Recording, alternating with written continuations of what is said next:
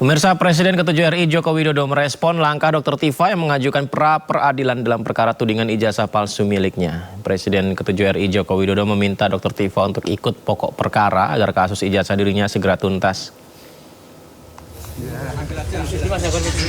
Joko Widodo mempertanyakan alasan Dr. Tifa dalam mengajukan pra-peradilan kasus tudingan ijazah palsu miliknya. Jokowi menyebut jika Dr. Tifa yakin ijazahnya palsu, maka sebaiknya segera dibuktikan di persidangan pokok perkara. Jokowi juga lagi-lagi menegaskan siap hadir di persidangan dengan membawa seluruh dokumen akademik miliknya termasuk ijazah.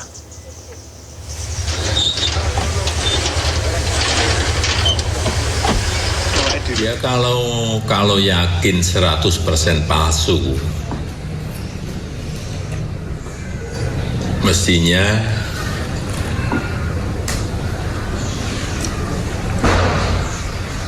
masuk ke pokok perkara di persidangan itu diikuti, tidak malah pra-peradilan. Biar perkara ini segera selesai, masalah ini bisa segera selesai. Kalau untuk sidang rencana besok dari Pak Jokowi seperti apa, Pak? Kalau siap hadir, kalau hadir, kan sudah saya sampaikan, saya akan hadir membawa ijazah SD, SMP, SMA, dan nanti yang S1 yang sekarang di Kejaksaan, semuanya akan kita tunjukkan. Ya, pemirsa, Presiden ke-7 RI Joko Widodo juga akan menghadiri upacara 17 Agustus di Istana Negara Jakarta. Itu disampaikannya di kediamannya di Sumber, Solo, Jawa Tengah. Jadi Jokowi mengaku sudah menerima undangan dan akan hadir ikut upacara kemerdekaan Republik Indonesia di Istana Negara Jakarta 17 Agustus nanti. Meskipun demikian, Jokowi enggan menjelaskan pakaian yang ia kenakan dalam upacara kemerdekaan nanti. Selain ikut upacara kemerdekaan, Jokowi juga akan menghadiri sidang tahunan MPR dan sidang bersama DPR DPD yang digelar pada 14 Agustus 2026. Pak, dalam adab kan ya? Amin, Pak.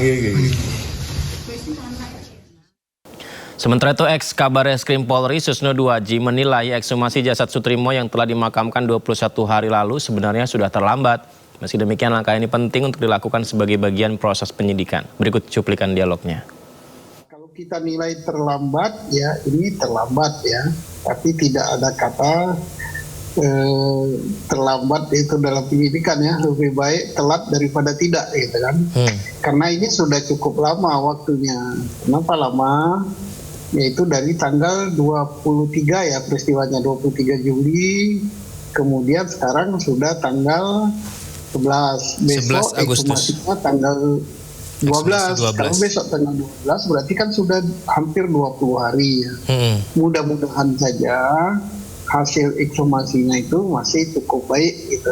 Artinya kondisi jenazahnya masih bisa untuk diadakan uji laboratorium ya, terhadap lambung, terhadap ginjal dan sebagainya, organ-organ dalam daripada Sutrimo ini. Mudah-mudahan.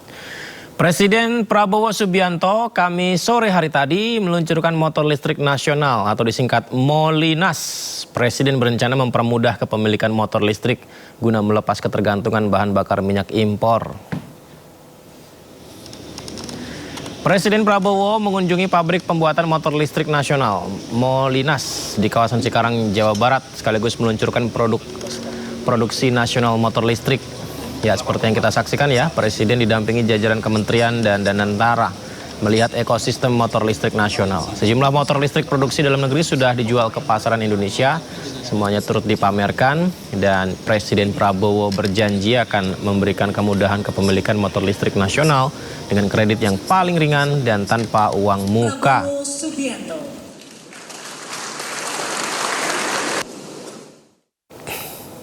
Pemirsa, dalam acara peluncuran motor listrik nasional Molinas di Cikarang, Presiden Prabowo juga membahas mengenai kondisi perekonomian bangsa. Dan ada yang menarik, pemirsa. Presiden mengatakan yang luar biasa dari rakyat kita adalah meski kondisi paling miskin tapi masih bisa tersenyum. Ya, Presiden Prabowo mengatakan peluncuran motor listrik nasional di Cikarang ini menjadi tonggak atas inisiatif pengusaha swasta memberikan manfaat bagi rakyat Indonesia. Dirinya berharap rakyat segera sejahtera dan menyoroti rakyat Indonesia ini luar biasa. Meskipun miskin masih bisa tersenyum. Motor listrik nasional beserta ekosistem pendukung telah resmi diluncurkan oleh Presiden Republik Indonesia. Rakyat kita yang paling miskin pun masih bisa tersenyum.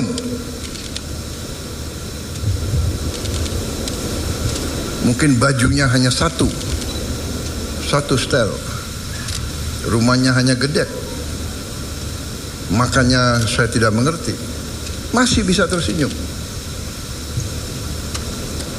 Jadi hari ini adalah menurut saya hari yang sangat penting karena ini merupakan suatu tonggak atas inisiatif masing-masing para pengusaha swasta yang mulai proyek ini. Mungkin Indika ya, kelompok Indika ya. Kelompok Indika, kelompok yang sudah lama bekerja. Waktu saya masih muda saya sudah dengar Indika. Waktu itu saya masih muda, sekarang agak muda. Jadi ada muda, ada agak muda, ada rodo muda. Dan ada mimpi untuk muda. Saudara-saudara, Indika sudah bekerja. Dia bergerak di, kalau seingat saya mulainya bergerak di bidang tambang, tapi saya tidak tahu inisiatif siapa kok punya niat membuat motor listrik sekian tahun yang lalu ya. Jadi hari ini tadi production line itu bukan urusan 2 hari yang lalu atau 3 hari yang lalu, ya kan?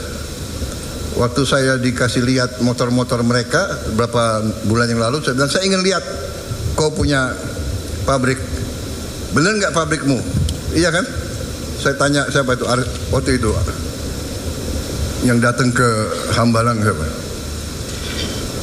Anak buahmu ya?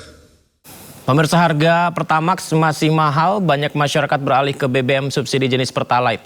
Kondisi itu membuat hampir di SPBU Jakarta selalu dipadati antrian, termasuk di jalur antrian sepeda motor.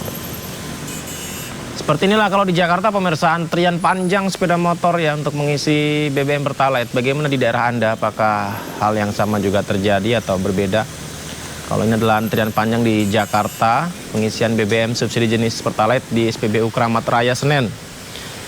Banyaknya pengguna Pertalite yang akan mengisi Pertalite membuat antrian mengular panjang hingga keluar SPBU. Kondisi ini terjadi sejak harga Pertamax naik.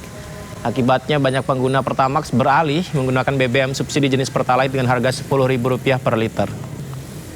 Bukan di satu SPBU saja, antrian BBM Pertalite juga sering terjadi di beberapa lokasi atau beberapa titik SPBU di Jakarta.